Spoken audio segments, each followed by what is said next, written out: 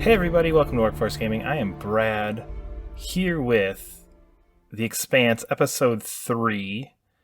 We've been going through these each week, just kind of give a recap, a thought on each episode as it goes through, so we'll kind of have a full picture of this thing by the time we're done. But just wrapped up Episode 3. It follows a lot of the same rhythm as the other ones, which I want to talk about in a second, but I kind of want to start with this, and it feels petty to do this.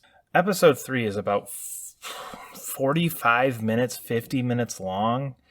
And I love this 2-week release strategy that they've got with The Expanse, but I kind of really felt it with this time, just the quickness of it. Just you don't really get to linger on anything. It really feels like as soon as I'm kind of, okay, yep, we're back into this, it's just like, and mild cliffhanger.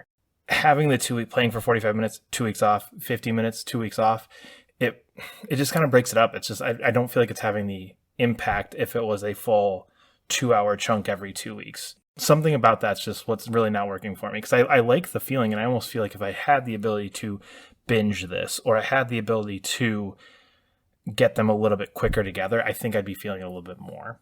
But anyway, so into the actual content here in Episode 3. So end of Episode 2, we're going to the space station. And again, I try to avoid spoilers as much as possible in this as I can, but there'll be little hints of what's going on. Episode 3 again, and it's this rhythm this game is in. You go to abandoned space station. You were on abandoned you were on abandoned salvage ships. You're on an abandoned ship. Now we're on an abandoned space station. It's just getting in this rhythm that's just kind of dragging on and on. I will say this time feels better. There's a lot more interesting things in this place that we're exploring in the same way we did in episodes 1 and 2 that feels better. Something about it just is more intriguing. I think they've got a better hook of what happened here. They make it feel like this place is much more integral to the world of The Expanse, whereas the other ones are just, let's go find some treasure. This one, they kind of, there's different things going on. It has a very Dead Space feel, where there's cultists, and there's weird genetic things happening, and there's a lot of this like creepy vibe of something weird was going on here. And I do think that sets it a little bit above 1 and 2, but by this point, we've already spent 70% of our time with The Expanse just exploring abandoned places. And it's just starting to get old, I think, already in Episode 3. So hopefully, with where this leaves Drummer, we'll be in a little bit of a different place next time. But all these abandoned places, I think, are kind of pointing out one other flaw to me. There's not much interaction going on. It's a lot of just Drummer wandering and a lot of conversations over just voice chat to other members of your crew. This one has a lot more Maya, but just that's kind of the case for the game in general. You never interact with anyone who's not on your crew. So your crew is, 5 or 6 people. Those are the only 5 or 6 people we've talked to. And even them, I don't feel like I have a good hook. There's, a couple of guys who showed up at the end of this episode for a major pivotal moment, and I had this moment of like, who? Oh, yeah. Okay, those guys. Yep. And they're guys on my crew. But you have no interaction with any other person in this universe. You're not talking to people on a space station. You're not really seeing other ships. It's just this constant abandoned feel, which is a really interesting way to go about telling the story. This one in particular, though, does go really hard in on Drummer and Maya. So episode 2 kind of ended up with some big choices and what's going to happen with their relationship. It was kind of the first time I got in this game where I was kind of curious of how this would have played out a little better if I made some different choices, which I think is always one of the interesting things about Telltale games in terms of, okay, well, what other branch could I have taken? And that was kind of the first one where I was like, oh, okay, I'm curious, because this episode was so much on what happened between Drummer and Maya at the end of episode 2 that I'm curious what the other side would have been had I made a different choice at the end of that. It does get very, for lack of a better word, Deck 9. So if you've played Life is Strange True Colors, Life is Strange Before the Storm, they're very relationship-based games in terms of what are our protagonists, how are they interacting with the other characters, where 1 or 2 characters in their lives in particular, how do they interact with those people? And this very much had that feel to it of like, okay, like there's some serious stuff here between Drummer and Maya. How are we handling it? How are those choices being made?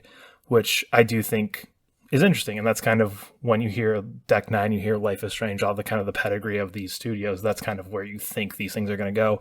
And you very much do get that sense in this one, where it does feel very much like a Deck 9 game here now in this one. In terms of kind of wrapping this one up, story-wise, we do kind of finally get this kind of like universe altering event. In terms of bigger story arc here, we do kind of finally get this like ooh moment of like that's something important, whereas a lot of this other stuff has just kind of been exploring Drummer's relationship. What's Drummer doing? What's the crew doing?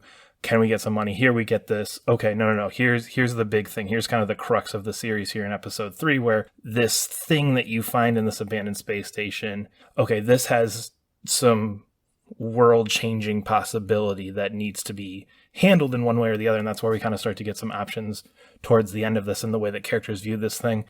Curious how they're going about it, because it feels like they, like, if you've seen the Expanse stuff, they really want you to believe this is the proto-molecule. I'm trying to remember backstory enough back to like episode or season 1 of the TV show and Leviathan Wakes to remember exactly when the proto-molecule shows up and where it was, and could this be that? So they never specifically say it, but there's definitely hinted at that, ooh, this is at least something in that realm of what could be coming. Ultimately, though, I do feel like there's some kind of consequences that finally have come across here, specifically with the way that my episode ended, along with, I believe the stat was 67% of the rest of people's episode ended with some major events happening here that finally feel like, okay, something has changed from where we started episode 1. We finally kind of got this like, okay, a major event has happened to Drummer. There's things happening that are really going to change up what could happen. Drummer's in a very different spot than she was at the beginning of this in terms of where we leave her kind of for our cliffhanger here. So I'm crossing my fingers. I'm hoping that alone will give us a little bit of a change up to this in episode 4, that maybe episode 4 won't just be one more abandoned ship to go and explore. So we'll see what happens, but 2 more left. I'm still enjoying it. I still think it's interesting. I just think there's some really small things we could have done just in terms of giving us more space to play with relationships, giving us some more time, and just changing it up a little bit. Not necessarily just keep kind of getting in this flow of go explore the abandoned place. Get us to series, get us to one of these things, get us interacting with a different crew. There's just, I feel like there's some small, subtle things that could do to really push this forward. We are Workforce Gaming. My goal is to have these Expanse updates every 2 weeks after the episode drops. Our normal videos come out on Mondays. Subscribe to our channel, leave a comment below. See ya.